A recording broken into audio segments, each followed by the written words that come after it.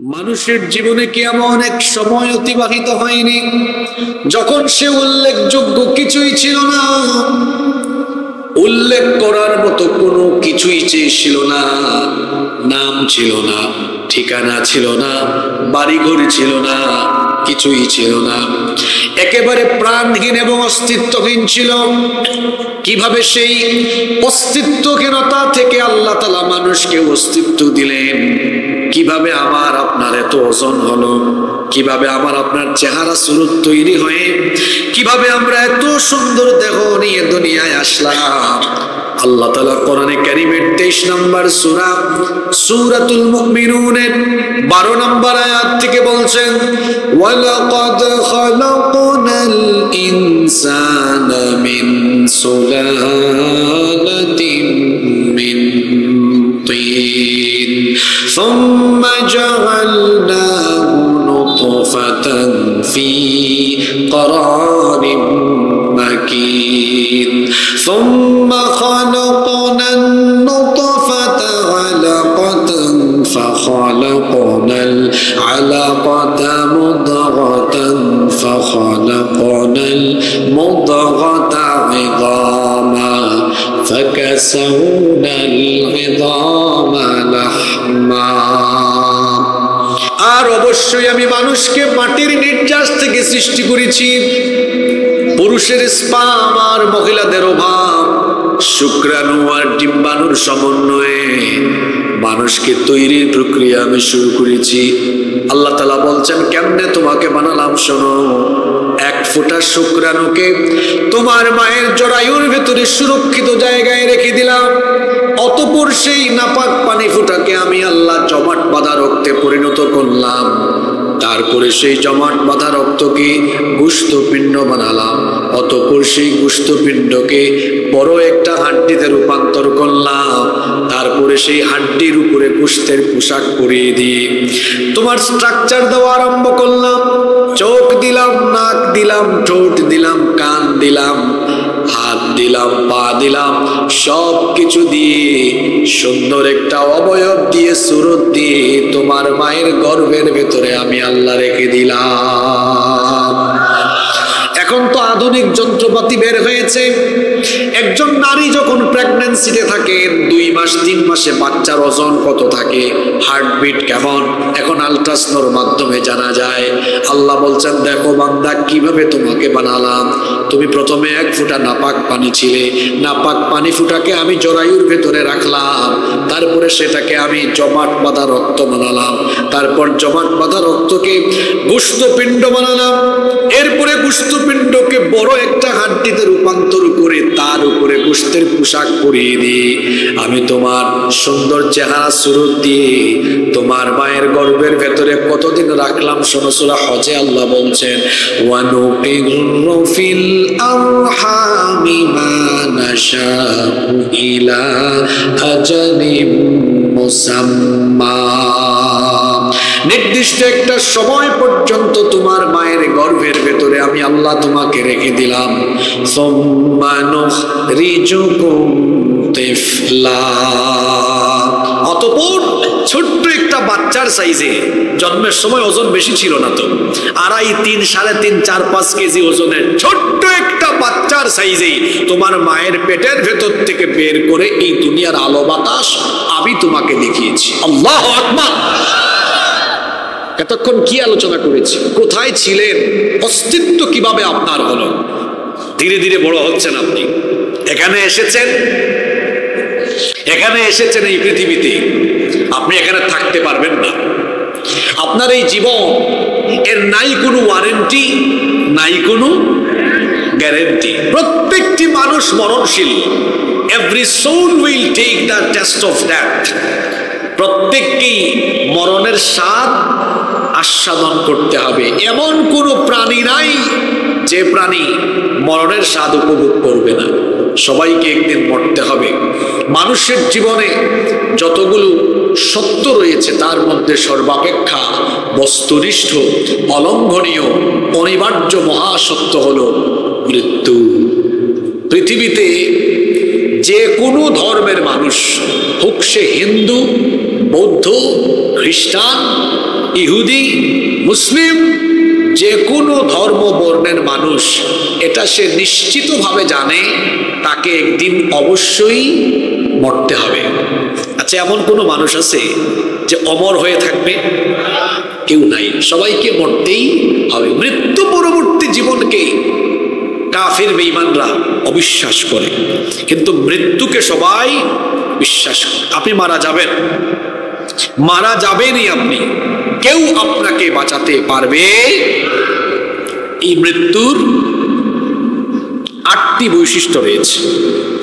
জোরে বলেন তো, কয়টা বৈশিষ্ট্য রয়েছে? নাম্বার 1, 1 নাম্বার, এর স্বাদ সবাই নিবে।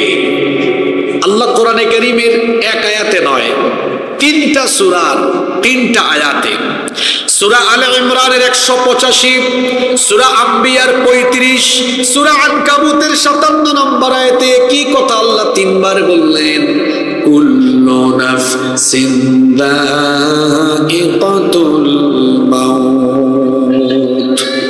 প্রত্যেককেই মরণের স্বাদ আস্বাদন করতে হবে। কবি বলছেন, আল মাউতু কাসুন কুল্লু নাসিন শারিবুন ওয়াল কবরু বাইতুন ওয়াল কবরু বাইতুন কুল্লু নাসিন দাখিলুন। একজন আরব কবি কবিতা লিখেছেন, মৌত হচ্ছে এমন এক পেয়ালা যে পেয়ালা থেকে সবাই পান করবে, আর কবর এটা এমন এক জগৎ যেখানে সবাই প্রবেশ করবে, কেউ এখান থেকে রেহাই পাবে না। নাম্বার 2, মৃত্যুর 2 নম্বর বৈশিষ্ট্য হলো no one can escape from death. মৃত্যু থেকে কেউ পালিয়ে বাঁচতে পারবে। আপনার নামে পঞ্চগড় থানায় মামলা হয়েছে, পুলিশ আপনাকে গ্রেফতার করার জন্য ফোর্স নিয়ে আপনার বাড়ির উদ্দেশ্যে রওনা করলো। আপনার কোনো বন্ধু বা আত্মীয় স্বজন আপনাকে বলল, ভাই আপনাকে ধরার জন্য পুলিশ আসতেছে, তাড়াতাড়ি পালায়া যান। আপনি পুলিশ আসার খবর শুনে আপনি যদি আপনার গ্রাম ছেড়ে অন্য এলাকায় পালিয়ে চলে যান, হয়তো আপনি পুলিশের গ্রেফতার এড়িয়ে লুকিয়ে লুকিয়ে নিজেকে সেফ করে রাখতে পারবেন। কিন্তু মৌত হলো এমন এক জিনিস, এটা যার জন্য নির্ধারিত হয়ে যাবে, মৌতের বিষয়টি ফয়সালা হয়ে যাওয়ার পরে দুনিয়ার কেউ আপনাকে বাঁচাতে পারবে না। পারবে? এজন্য আল্লাহ তাআলা বলছেন, আইনামা তাকুনু ইউদরিকুমুল মাউত ওয়ালাউ কুনতুম ফি বুরুজিম মুশাইয়াদা। যেখানেই তোমরা থাকো না কেন, মৃত্যু থেকে বাঁচার জন্য যদি উঁচু কোনো টিলায় গিয়ে অবস্থান নাও, মৃত্যু সেখানে তোমাদেরকে ধরবেই ধরবে, মৃত্যু থেকে তুমি বাঁচতে পারবে না। অন্য আয়াতে আল্লাহ তাআলা বলছেন, কুল ইন্নাল মাউতাল্লাযী তাফিরুনা মিনহু ফাইন্নাহু মুলাকীকুম সুম্মা তুরাদ্দুনা ইলা আলিমিল গায়বি ওয়াশ শাহাদাতি ফায়ুনাব্বিউকুম বিমা কুনতুম তা'মালুন। আল্লাহ তাআলা বলছেন, ও নবী আপনি বলে দিন যে মৃত্যু থেকে তোমরা পালিয়ে বেড়াও, সে মৃত্যু তোমাদেরকে ধরবেই ধরবে, মৃত্যু থেকে তোমরা পালিয়ে বাঁচতে পারবে না, মৃত্যু আসবেই আসবে, এখান থেকে রেহাই পাওয়ার কোনো সুযোগ। নাম্বার 3, মৃত্যুর 3 নম্বর বৈশিষ্ট্য হচ্ছে no one can leave from death. মৃত্যুর ভয়ঙ্কর থাবা থেকে কেউ তাকে সেভ করতে পারবে না। পৃথিবীতে নবী রাসূলরাও মৃত্যু থেকে রেহাই পান নাই।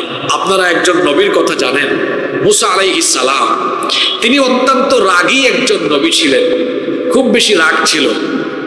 ফেরাউনের বংশের এক লোককে একটা থাপ্পড় দিয়ে তিনি দুনিয়া থেকে বিদায় করে দিয়েছেন। আল্লাহু আকবার। তিনি যখন রাগ করতেন তার চুল পাগড়ি ভেদ করে দাঁড়িয়ে যেত। সুবহানাল্লাহ। মুসা আলাইহিস সালামের যখন মৃত্যুর সময় চলে এসেছে, তখন মালাকুল মউত তার তার কাছে আসলেন। কে আসছেন? মালাকুল। আমাদের দেশে মৃত্যুর ফেরেশতাকে অনেকে আজরাইল ডাকে। আজরাইল নামে কোনো ফেরেশতা নাই।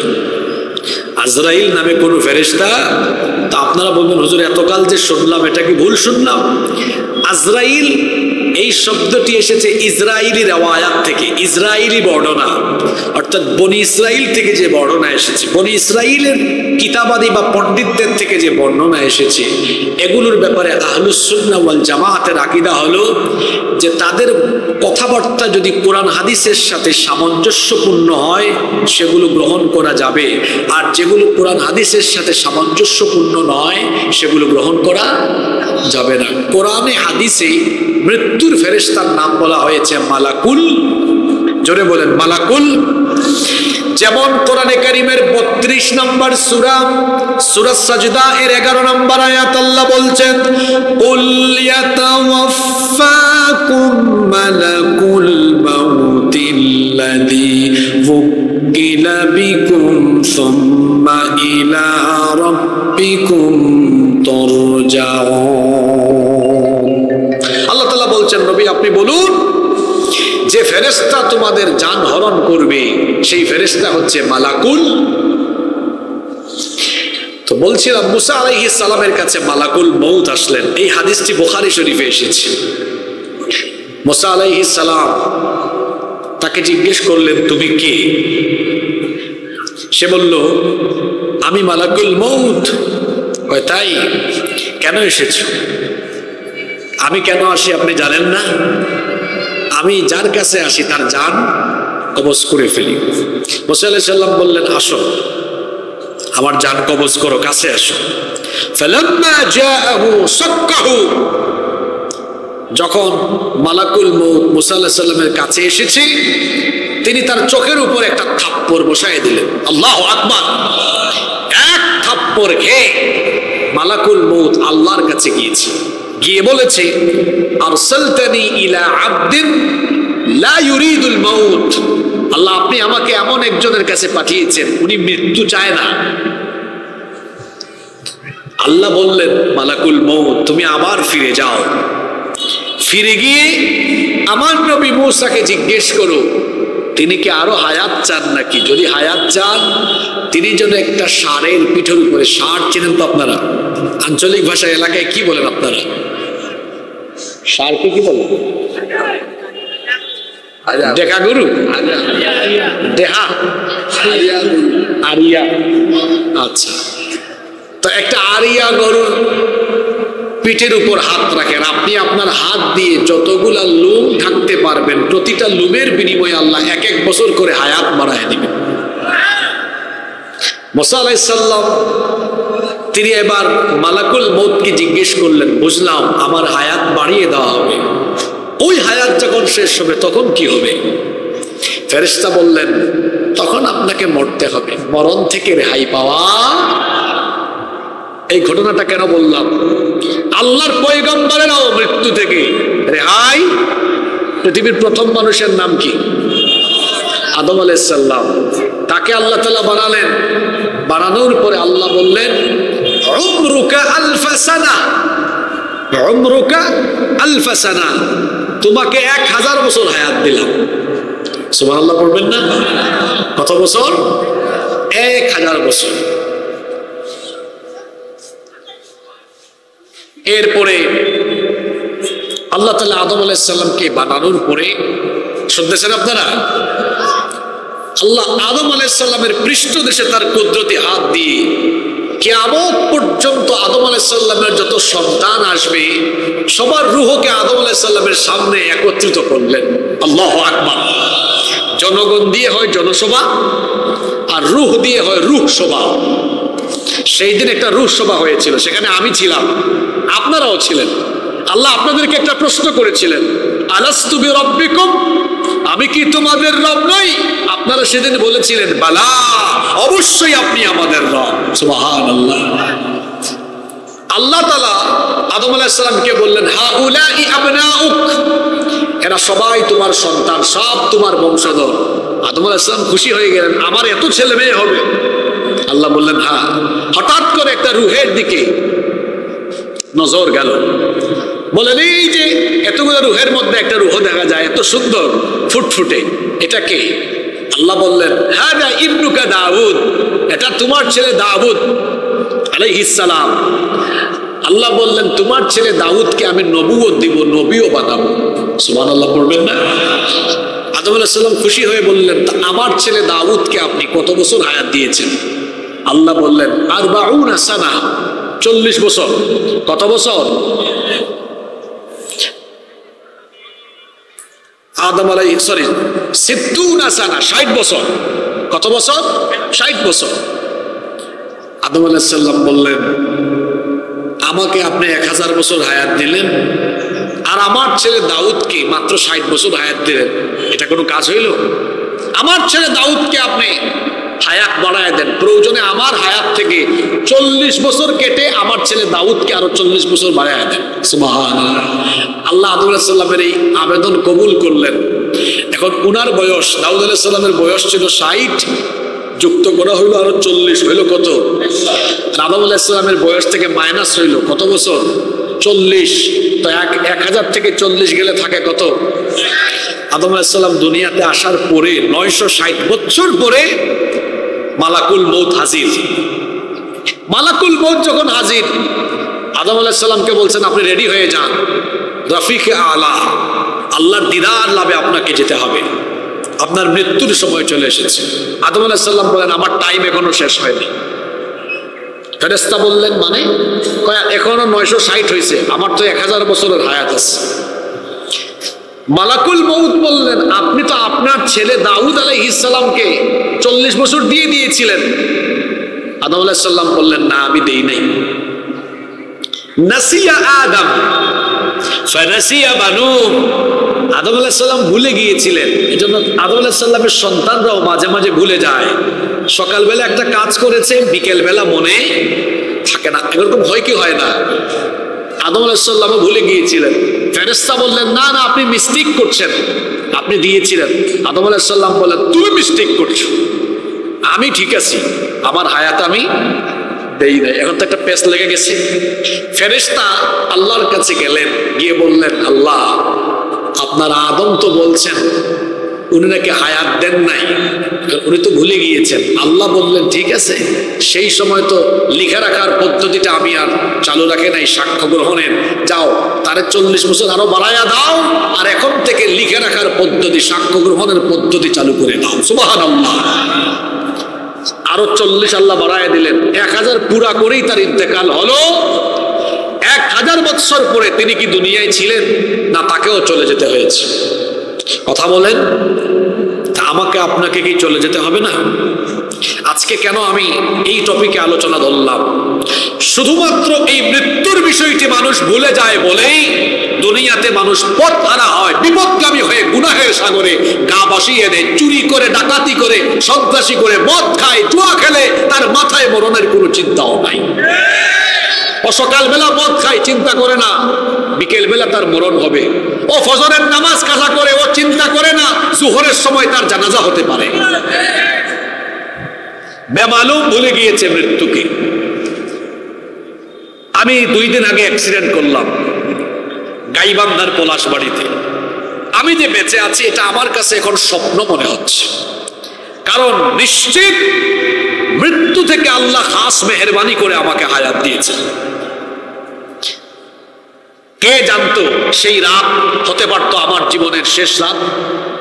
এখানে সুস্থ মানুষ বসে আছেন, এমনও হতে পারে এই ব্যক্তি বাসায় এখন লাশ হয়ে ফিরবে।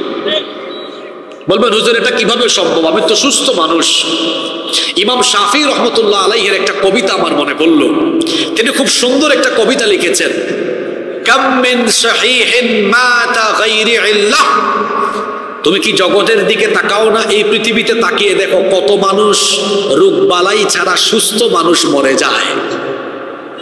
এর পরের লাইনে তিনি লিখছেন, আবার তাকিয়ে দেখো কঠিন রোগে আক্রান্ত হলেও নিশ্চিত মৃত্যুর পথ থেকে আল্লাহর রহমতে কত মানুষ ফিরে এসেছে। সুবহানাল্লাহ। আমি অ্যাক্সিডেন্টের রাতে ইমাম শাফির কবিতাটা মনে করছিলাম, কিভাবে বেঁচে গেলাম আমি। পুরা গাড়ি 7 থেকে 8 বার পল্টি খেয়েছে। চিন্তা করছেন, 7 থেকে এরকম এরকম, একেবারে রাস্তা থেকে খাদে পড়ে গেল। মৃত্যু, এটাকে যেন খুব কাছ থেকে উপলব্ধি করলাম। মৃত্যুর 3 নাম্বার বৈশিষ্ট্য, এটা আসবে, এর থাবা থেকে আপনি বাঁচতে পারবেন না। শুনতেছেন আপনারা কথা? আমি মাহফিলে টপিকের বাইরে কথা বলি না, আমি যেটা ধরেছি ওইটা আস্তে আস্তে আগায়া একেবারে মূল পয়েন্টের দিকে এগিয়ে যাচ্ছে। আপনাদেরকে মনোযোগী থাকতে হবে। মনোযোগী আছেন তো সবাই? নাম্বার 4, মৃত্যুর 4 নাম্বার বৈশিষ্ট্য হলো the time of death is determined by almighty Allah and it doesn't come with anyone's permission. মৃত্যুর এই বিষয়টি যার তরফ থেকে ফয়সালা করে দেওয়া তিনি কি, এবং এটি কারো পারমিশন নিয়ে আসে না। মৃত্যু কি কারো পারমিশন নিয়ে আসে যে আব্দুল করিম সাহেব আমি কি আসতে পারি, আপনার জান কবজ করব? কিছু বলবে এরকম? আল্লাহ তাআলা বলছেন ওয়ালিকুল্লি উম্মাতিন আজালুন ফাইযা জাআ আজালুহুম লা ইস্তাখিরুনা সাআতান ওয়া লা ইস্তাকদিমুন। আর প্রত্যেকের জন্য অবকাশের সময়টা নির্ধারিত। মৃত্যুর সেই সময় যখন চলে আসবে, কাল বিলম্ব করা হবে না, সময় এগিয়েও যাবে না, পিছিয়েও যাবে না, একেবারে সময় মতো মৌতের মাধ্যমে যার কাছে চলে যেতে হবে তিনি কে? মাইকে, মসজিদের মাইকে কত মানুষের মৃত্যুর খবর আপনি শুনেছেন? হঠাৎ করে মসজিদের মাইকে ঘোষণা হবে আপনিও দুনিয়া থেকে চলে গিয়েছেন। কত মানুষের জানাজায় আপনি গিয়েছেন, হঠাৎ করে আপনার জানাজায় হাজার হাজার মানুষ শামিল হয়ে যাবে। এটাই দুনিয়ার বাস্তবতা। Number 5, the place of death is determined by almighty Allah. মৃত্যুর জায়গাও নির্ধারিত। কোন জায়গায় আপনি মারা যাবেন, কোন অবস্থায় মারা যাবেন, সেটাও নির্ধারিত করে যিনি রেখেছেন, জুড়ে বলেন তিনি কে? কোরআনে কারীমের 31 নম্বর সূরা, সূরা লুকমানের 34 নম্বর আয়াতের শেষাংশে আল্লাহ তাআলা বলছেন ওয়া মা তাদরি নাফসুম বিআইয়ি আরদিন তামুতু ইন্নাল্লাহা আলিমুন খাবীর। আল্লাহ তাআলা বলছেন কেউ জানে না কোন জমিনে কোন অবস্থায় তার মৃত্যু হবে। আপনার বাড়ি হলো এই এলাকায়, আপনার মৌত হতে পারে ঢাকায়, মৌত হতে পারে রংপুরে, মৌত হতে পারে দিনাজপুরে, জানি না কার মৌত কোথায় হয়। মৃত্যুর জায়গাটাও জেনে নির্ধারিত করে দিয়েছেন তিনি কে? কারো মরণ হয় হাসপাতালে, কারো মরণ হয় বাড়িতে, কারো মরণ হয় গাড়িতে, কারো মরণ হয় মসজিদে, কারো মরণ হয় নামাজে, কারো মরণ হয় কুরআন তেলাওয়াতে, কারো মরণ হয় নাচ গানে, কারো মরণ হয় মদ খাওয়ারত অবস্থায়, কারো মরণ হয় রাতের বেলা নাপাক অবস্থায় ঘুমিয়েছে নাপাক অবস্থায়, কারো মরণ হয় পাক পবিত্র অবস্থায়। কে কোন হালতে কোন জমিনে মরবে সে জানে না। আমি বুঝলাম না, সে জানে না কোন হালতে মরবে, তারপরেও সে কিভাবে নাপাক থাকে। অনেক যুবক আছে রাতের বেলা নাপাক শরীরে ঘুমায়, আছে না এরকম? আমার দিকে তাকান, যুবক ভাইরা তাকান। আজকে ফজরের নামাজ, জোহরের নামাজ কাজা হইছে, এরকম বহু মানুষ এখানে আছে না নাই? ও নামাজ পড়ে নাই কেন জানেন? আমার দিকে তাকান, ও নামাজ পড়ে নাই কেন জানেন? ও জানেও না যে মৃত্যুর পরেই আল্লাহর সামনে তাকে জবাবদিহি করতে হবে। এটা জানে, হয়তো উপলব্ধি করতে পারে না। বলেন তো দেখি, মৃত্যুর পরে কিয়ামতের মাঠে আল্লাহর সামনে বান্দাকে প্রথম যে আমলের ব্যাপারে জবাবদিহি করতে হবে, সে আমল কি? জোরে বলেন, সে আমল কি? চিন্তা করেন তো, ফজর কাজা করে ঘুমিয়ে আছে, কেমন করে ঘুমাও তুমি, কেমন করে ঘুমাও তুমি, ফজর করে কাজা, এমন তো হতে পারে জোহরে জানাজা। কি বুঝলেন? জোহরের নামাজটা কাজা করে দিলেন, আসরের আজান আপনার কান শুনবে, গ্যারান্টি আছে? রাতের বেলা গার্লফ্রেন্ডের সাথে কথা বলে নাপাক শরীরে ঘুমালেন, সকালে যে ঘুম থেকে উঠলেন উঠবেন এর কোন নিশ্চয়তা আছে? কোন নিশ্চয়তা নাই। তো কিসের ফুটানি করেন আপনি? কিসের ফুটানি বলেন? আমার মতো কত বক্তা স্টেজে মরে গেছে, আপনাদের মতো কত শ্রোতা প্যান্ডেলে মরে গেছে, বাড়ি যেতে পারে না। আর আছে না নাই? মৃত্যুর প্লেস, স্থান, এটা কোথায় কার মৃত্যু আমরা জানি না। এটা জানেন কে? নাম্বার 6, 6 নম্বর, যেখানে যার মৃত্যু হবে ওই জায়গায় আল্লাহ তার একটা প্রয়োজন সৃষ্টি করে দেন। সুনানে তিরমিজির হাদিস, আল্লাহর নবী বলেছেন, ইযা কাদাল্লাহু লিআবদিন আন ইয়ামুতা বিআরদিন জাআলা লাহু ইলাইহা হাজা। যখন কোন ব্যক্তির জন্য আল্লাহ মৃত্যুর ফয়সালা ঠিক করে দেন, তখন ওই জমিনে মৃত্যু ওই জায়গায় তার প্রয়োজন যিনি তৈরি করে দেন তিনি কে? মনে করেন আপনার মৃত্যু হবে রংপুর হাসপাতালে, পঞ্চগড় হাসপাতালে, তো মৃত্যুর আগ মুহূর্তে এমন একটা রোগ আল্লাহ দিবেন, দৌড়ে দৌড়ে হাসপাতালে যাওয়া লাগবে, কারণ ওই হাসপাতালের মধ্যে আপনার মৃত্যু নির্ধারণ করে রেখেছেন কে? নাম্বার 7, 7 নম্বর হলো, আল্লাহর হুকুম ছাড়া কখনো কারো মৃত্যু হয় না। যদি আল্লাহর হুকুম না থাকে আর ওই ব্যক্তিকে যদি সবাই কেটে টুকরা টুকরা করেও ফেলে, সবাই যদি তাকে মারতেও চায়, তাকে মারতে পারবে না, কারণ মৃত্যুর ফয়সালা হয় নাই যার তরফ থেকে, তিনি কে? এজন্য আল্লাহ বলছেন, ওয়ামা কানা লিনাফসিন আন তামুতা ইল্লা বিইذনিল্লাহি কিতাবাম মুআজ্জালা। আল্লাহ তাআলা বলছেন, আল্লাহর অনুমতি ছাড়া কোন প্রাণীর মৃত্যু হয় না। আল্লাহর যদি ফয়সালা না থাকে, কোন মানুষকে যদি মৃত্যু দণ্ড দেওয়া হয়, মৃত্যুর আদেশ ফরমান যদি জারি করে দেওয়া হয়, তারপরেও তাকে মারা যাবে না, কারণ মৃত্যুর ফয়সালা জমিনে হয় না, মৃত্যুর ফয়সালা আসমানে হয়। মৃত্যুর ফয়সালা যিনি করেন তিনি কে? এটাও একটা পাওয়ারফুল আয়াত। কিরকম? কেউ আমাকে বললো, আপনি সত্য কথা বললে আপনাকে মেরে ফেলবে, এইটা করবে ওইটা করবে। আরে আমার যদি মৃত্যুর ফয়সালাই না থাকে, কোন বাপের বেটা আছে আমাকে মেরে ফেলবে? এই যে গত 2 দিন আগে আমার অ্যাক্সিডেন্ট হলো, আমি মরি নাই, কারণ আমার মৃত্যুর ফয়সালা হয় নাই। এর আগে 4 বছর আগে আমি আরেকবার সাগরে স্পিডবোটে ভয়াবহ অ্যাক্সিডেন্টের সম্মুখীন হয়েছিলাম। ট্রলার এসে আমাদেরকে উদ্ধার করেছে। মৃত্যুর ফয়সালা ছিল না, মারা যায় নাই।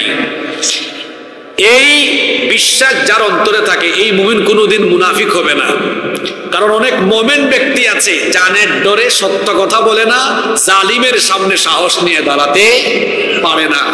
যেই ব্যক্তি জানে আল্লাহর হুকুম ছাড়া আমার মৃত্যু হবে না, পৃথিবীতে যত বড় জালিম যে হোক না কেন, তার সামনে কখনো সে মাথা নত করবে না। এটা মানুষের ঈমান বাড়ায়। এই কথা মানুষের কি বাড়ায়? আল্লাহর এই কোরআনের আয়াত এটা ঈমান বাড়িয়ে দেয়। আমার জন্য মৃত্যুর ফয়সালা না থাকলে আপনি ওখান থেকে গুলি করবেন, ফায়দা হবে না। আপনি আমাকে মারতে পারবেন না, কারণ আমার মৃত্যুর ফয়সালা এখনো হয় না। আর মৃত্যুর যদি ফয়সালা হয়ে যায়, কেউ আমাকে আটকায় রাখতে পারবে। নাম্বার 8 এবং সর্বশেষ হলো, মৃত্যুর সর্বশেষ বৈশিষ্ট্য হলো, এটা সিরিয়াল মেনটেন করে আসে না। There is no serial of death.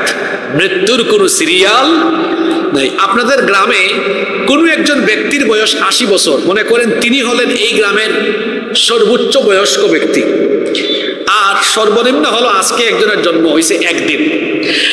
এখন আপনি যদি বলেন যে সিরিয়াল অনুযায়ী এই গ্রামের সবার মৌত ঘটবে, ওই ব্যক্তির বয়স সবার থেকে বেশি, উনি আগে মরবেন, আর একদিনের বয়সে অনেক পরে মরবে। আর এরকম সিরিয়াল মেনটেন হবে না। এমনও হতে পারে 80 বছরের লোক মাগরিবের আগে জীবিত থাকবে, 1 দিনের শিশু কবরে চলে যাবে। বাপ থাকবে ছেলে কবরে যাবে, নানা থাকবে দাদা থাকবে নাতি কবরে যাবে, এরকম আছে কিনা? আছে। যে কোনো মুহূর্তে আপনি চলে যেতে পারেন। কিছুদিন আগে আমার এলাকায় আমার চেয়ে বয়সে আরো অনেক ছোট এক ছেলে হঠাৎ মারা গিয়েছে। রাতের বেলা ঘুমিয়েছে বাড়িতে, অসুস্থ না, সুস্থ ছেলে। সকালবেলা 9টা হয়ে যায়, তার রুমের দরজা খুলে না, 10টা হয়ে যায় দরজা খুলে না, অনেকে গিয়ে দরজায় ধাক্কায় ডাকে বাড়ি দেয়, উঠে না। পরে সন্দেহ হলো, দরজা ভাঙছে, ভাঙার পরে ভেতরে ঢুকে দেখে খাটের মধ্যে লাশ। ইন্না লিল্লাহি ওয়া ইন্না ইলাইহি। যুবক ভাইয়েরা, মনে করছেন হুজুর যা মজা করার করে নেই, তওবা করে পরে ভালো হয়ে যাবে। তওবা করার সুযোগ নাও পেতে পারেন। আজকের দিন হতে পারে জীবনের শেষ দিন, আগামীকাল কবরের প্রথম দিন হতে পারে। মানুষ কেন গুনাহ করে? মানুষ কেন পাপ করে? মানুষ কেন হারাম খায়? মানুষ কেন বেনামাজি হয়? নারী কেন বেপর্দা হয়? মানুষ কেন মদ্যপ হয়, জুয়াখুর হয়? কেন? সে মৃত্যুকে বেমালুম ভুলে গিয়েছে, সেটা উপলব্ধি করে না যে তার 1 সেকেন্ডের কোনো গ্যারান্টি। তো যার 1 সেকেন্ডের গ্যারান্টি নাই তারা তো ফটোর ফটো। মৌতের বিষয়টি আল্লাহ গোপন রেখেছেন। মৌতের বিষয়টি আল্লাহ কি রেখেছেন? গোপন রেখেছেন। আচ্ছা, আল্লাহ তাআলা কি চাইলে জানাই দিতে পারতেন না কে কোন দিন মরবে? কথা বলেন আপনারা, কেন জানান নাই? জানান নাই এই কারণে, আপনি জানলে তো দেখা যাইতো আগের দিন পর্যন্ত আকাম কুকাম করতেন, আর মরণের দিন তওবা করে আল্লাহর কাছে মাফ চাইতেন। মৃত্যুর বিষয়টি আল্লাহ এজন্য জানান নাই যাতে মৃত্যুর বিষয়টি মাথায় রেখে আপনি সৎ পথে, ভালো পথে, আল্লাহর পথে চলেন। সুবহানাল্লাহ। মৃত্যু আসবে, এটা আসবে, এটা আসবে, এটা আপনার পিছনে তারা করছে আপনাকে। কি করে? আপনি আল্লাহর সাথে নাফরমানি করেন। মৃত্যু আপনার পেছনে, কবর আপনার সামনে। জিজ্ঞেস করলাম বাড়ি কোথায়? কয় ওই যে 3 তলা, এটা আমার বাড়ি। এটা আপনার বাড়ি নয়, কবর আপনার আসল বাড়ি, এটা আপনার বাড়ি নয়। আপনি মৃত্যুকে ভুলে গিয়ে 3 তলা 4 তলা বাড়ি করতে গিয়ে অন্যায় পথে, অবৈধ পথে উপার্জন করছেন। কার জন্য কি করছেন?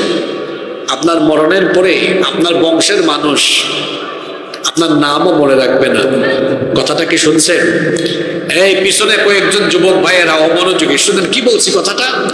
আপনার মৃত্যুর পরে আপনার নামও পরবর্তী জেনারেশন মনে।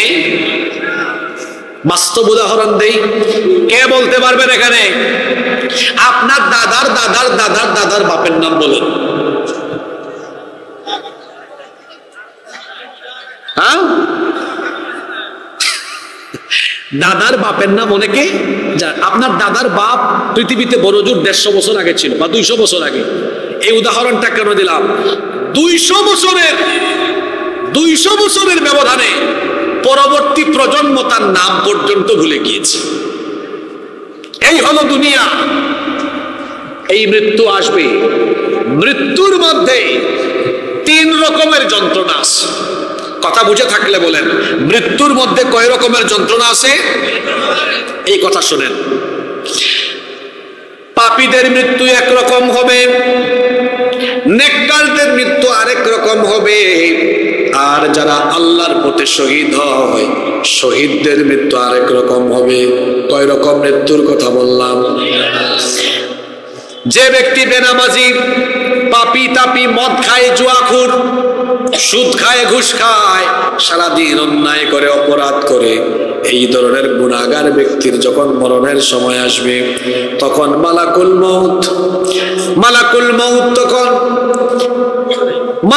মউত তখন জাহান্নামের কিছু ফেরেশতাদেরকে সাথে নিয়ে ওই ব্যক্তির কাছে আগমন করবেন। জাহান্নামের ফেরেশতারা আসার সময় জাহান্নামের দুর্গন্ধযুক্ত কাফনের কাপড় নিয়ে আসবে, এসে তার চতুর্দিক ঘিরে বসবে। মালাকুল মউত এসে বলবেন, ইয়া আইয়াতুহান নাফসুল খাবিথা উখরুজি ইলা সাখাতিম মিনাল্লাহি ওয়া গাদাব। হে অপবিত্র গুনাহগার আত্মা, আল্লাহর অসন্তুষ্টি আর গজবের উদ্দেশ্যে তুমি বের হয়ে আসো।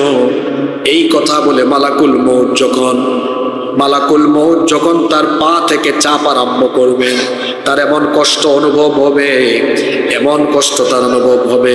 কোনো একজন ব্যক্তিকে যদি তরবারি দিয়ে কেটে 1000 টুকরা করা হয়, সাদ্দাদ বিন আউস রাদিয়াল্লাহু আনহু বলছেন, কোন জীবিত মানুষকে যদি তরবারি দিয়ে কেটে কেটে 1000 টুকরা করা হয়, তার যতটা না কষ্ট হবে, একজন পাপী ব্যক্তি মরণের সময় তার চাইতে বেশি কষ্ট পাবে।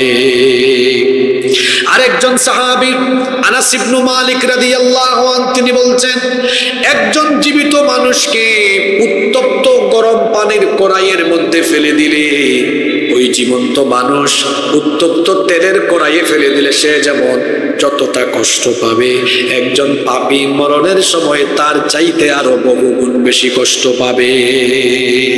বুঝতেছেন কথা?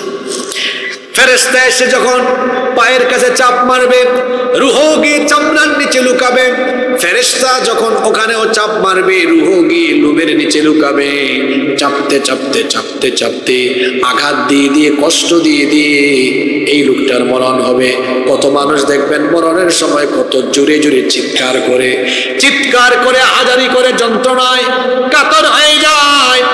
এইরকম করে তাকে কষ্ট দিয়ে দিয়ে একটা প্রাণীকে যদি কেউ উল্টা দিক থেকে তার চামড়া ছিলে ফেলে, তাকে যদি জীবিত অবস্থায় তার চামড়া শরীর থেকে উঠায়, তার যতটা কষ্ট হবে এর চাইতে আরো বেশি কষ্ট পাপী ব্যক্তির মরণের সময় হবে। এই লোকটার মৃত্যুর পরে তার আত্মাকে, রূহকে জাহান্নামের ফেরেশতারা দুর্গন্ধযুক্ত সেই কাফনের কাপড়ে মুড়িয়ে যখন রওনা করবে, প্রথম আসমানে যাওয়ার পরে অনুমতি চাওয়া হবে, বলা হবে আসমানের দরজা খুলে দাও। আসমানের ফেরেশতারা বলবে, কোন নাফরমানের রূহ নিয়ে এসেছো, তার এই রূহ থেকে এত দুর্গন্ধ ছড়ায় কেন? ফেরেশতারা পরিচয় করিয়ে দিবে, সে হচ্ছে পঞ্চগড়ের লাখেরাজের অমুক নাফরমান, এই জুয়াখুর, এই মদ্যপ, এই বেনামাজি, এই গুনাহগারের আত্মা। ফেরেশতা বলবে, তার রূহকে উপরের দিকে উঠানোর কোনো হুকুম আল্লাহর তরফ থেকে নাই, তাকে উপরের দিকে উঠানো যাবে না। কোন রিওয়ায়াতে এসেছে তখন তার রূহকে এমন জোরে আঘাত করা হবে, 70,000 গজ নিচে সিজ্জিনের মধ্যে গিয়ে তার রূহ পতিত হবে। তাদের ব্যাপারে বলা হয়েছে কোরআনে, লা তুফাত্তাহু লাহুম আবওয়াবুস সামাই ওয়া লা ইয়াদখুলুনাল জান্নাতা হাত্তা ইয়ালিজাল জামালু ফি সামিল খিয়াত। তাদের জন্য আসমানের দরজা খোলা হবে না। সুইয়ের ছিদ্র দিয়ে যেমন হাতি প্রবেশ করা অসম্ভব, ঠিক তেমনি ভাবে এই নাফরমান ব্যক্তিদেরকেও আল্লাহর জান্নাতে প্রবেশ করা অসম্ভব। এইভাবে করে পাপী তাপী গুনাহগারদের রূহ কষ্ট দিয়ে বের করা হবে। আর তার বিপরীতে যখন নেককার ব্যক্তি, নামাজি মানুষ, ভালো মানুষ, হারাম খায় না হালাল খায়, সৎ পথে চলে, ভালো পথে চলে, এইরকম নেককার ব্যক্তিদের কাছে যখন মালাকুল মউত আসবেন, আসার সময় জান্নাতি সুন্দর চেহারা বিশিষ্ট জান্নাতের ফেরেশতাদেরকে নিয়ে আগমন করবেন। ফেরেশতারা চতুর্দিকে ঘিরে বসবে। মালাকুল মউত এসে বলবেন, ইয়া আইয়াতুহান নাফসুত তাইয়্যিবা উখরুজি ইলা মাগফিরাতিম মিনাল্লাহি ওয়া রিদওয়ান। মালাকুল মউত এসে আগে ওই নেককার ব্যক্তিকে সালাম দিবেন, সুবহানাল্লাহ পড়েন। বদকারকে সালাম দেয় নাই, আর নেককারকে। এই কথা আল্লাহ কোরআনে কারীমেও বলেছেন। রব্বুল আলামিন কোরআনে কারীমের 16 নম্বর সূরা সূরাতুন নাহলের 32 নম্বর আয়াতে বলছেন, আল্লাযীনা তাতাওয়াফাহুমুল মালাইকাতু তাইয়্যিবিনা ইয়াকুলুনা সালামুন আলাইকুম উদখুলুল জান্নাতা বিমা কুনতুম তা'মালুন। আল্লাহ তাআলা বলছেন, পবিত্র থাকা অবস্থায় যাদের মৃত্যু আসবে, ফেরেশতারা এসে তাদেরকে বলবে, সালামুন আলাইকুম, তোমাদের উপর সালাম, উদখুলুল জান্নাতা বিমা কুনতুম তা'মালুন, যে সৎ কাজ করেছো তার বিনিময়ে তোমরা আল্লাহর জান্নাতে প্রবেশের প্রস্তুতি গ্রহণ করো। ফেরেশতা এসে বলবে, ইয়া আইয়াতুহান নাফসুত তাইয়্যিবা, হে পবিত্র আত্মা, উখরুজি ইলা মাগফিরাতিম মিনাল্লাহি ওয়া রিদওয়ান, আল্লাহর ক্ষমা আর সন্তুষ্টির উদ্দেশ্যে জান্নাতের দিকে বের হয়ে আসো। হাদিসে এসেছে, আল্লাহর নবী বলেছেন, পানির কলসি থেকে, পানির পাত্র থেকে পানি ঢাললে পানি যেমন সহজ করে বের হয়ে চলে আসে, ঠিক তেমনি ভাবে এই নেককার ব্যক্তির দেহ থেকে তার রূহ, তার আত্মা এমনি সহজ ভাবে বের হয়ে আসবে। সুবহানাল্লাহ পড়বেন না? এক অমনোযোগী জায়গায় বসলাম, আপনারা মনোযোগ এদিকে দেন কিছুক্ষণ, ওইদিকে দেন কিছুক্ষণ, বাবাজিরা এদিকে তাকান। এইভাবে মাহফিল হয় না। এদিকে মানুষ কিছু ঘোরাফেরা করে, পাশে বাজার বসিয়েছে, প্রথম বছর করছেন, আগামী বছর থেকে এগুলা মাথায় রাখবেন। একটা দোকানও এলাকায় বসতে দিয়ে, ফেরেশতারা সালাম দিবে, সালাম দেওয়ার পরে বলবে, আল্লাহর ক্ষমার দিকে, জান্নাতের দিকে বের হয়ে আসো। তখন তাদের জান এত সহজ করে না হবে, এই মানুষগুলোর কষ্ট কম হবে। আল্লাহর নবী বলেছেন, এই মানুষগুলো মরণের সময় কষ্ট এই জন্য কম পাবে, কারণ তাদের চোখের সামনে জান্নাতের দৃশ্য তুলে ধরা হবে। ফেরেশতারা এসে তাদেরকে জান্নাতের সুসংবাদ শোনাবে। কোরআনে কারীমের 41 নম্বর সূরা, সূরা হামিম আস-সাজদা এর 30 নম্বর আয়াতে রব্বুল আলামিন বলছেন, ইন্নাল্লাযীনা ক্বালু রাব্বুনাল্লাহু সুম্মা ইসতাকামু তাতানাজ্জালু আলাইহিমুল মালাইকাতু আল্লা তাখাফু ولا تحزنوا وأبشروا بالجنة التي كنتم توعدون। আল্লাহ তাআলা বলছেন, নিশ্চয়ই যারা বলে আল্লাহ আমাদের রব, আর এর উপরে যেটা দৃঢ় থাকে, অবিচল থাকে, ফেরেশতারা তাদের মৃত্যুর সময় এসে তাদেরকে সুসংবাদ শোনায়, বলে, আল্লাহ তাখাফু ওয়ালা তাহজানু, আল্লাহর বান্দা তোমার জন্য কোনো ভয় নাই, তোমার জন্য কোনো টেনশন নাই। ওয়া আবশিরু বিল জান্নাহ, জান্নাতের সুসংবাদ গ্রহণ করো, আল্লাতী কুনতুম তুআদুন, যার ওয়াদা তোমাদেরকে করা হয়েছে।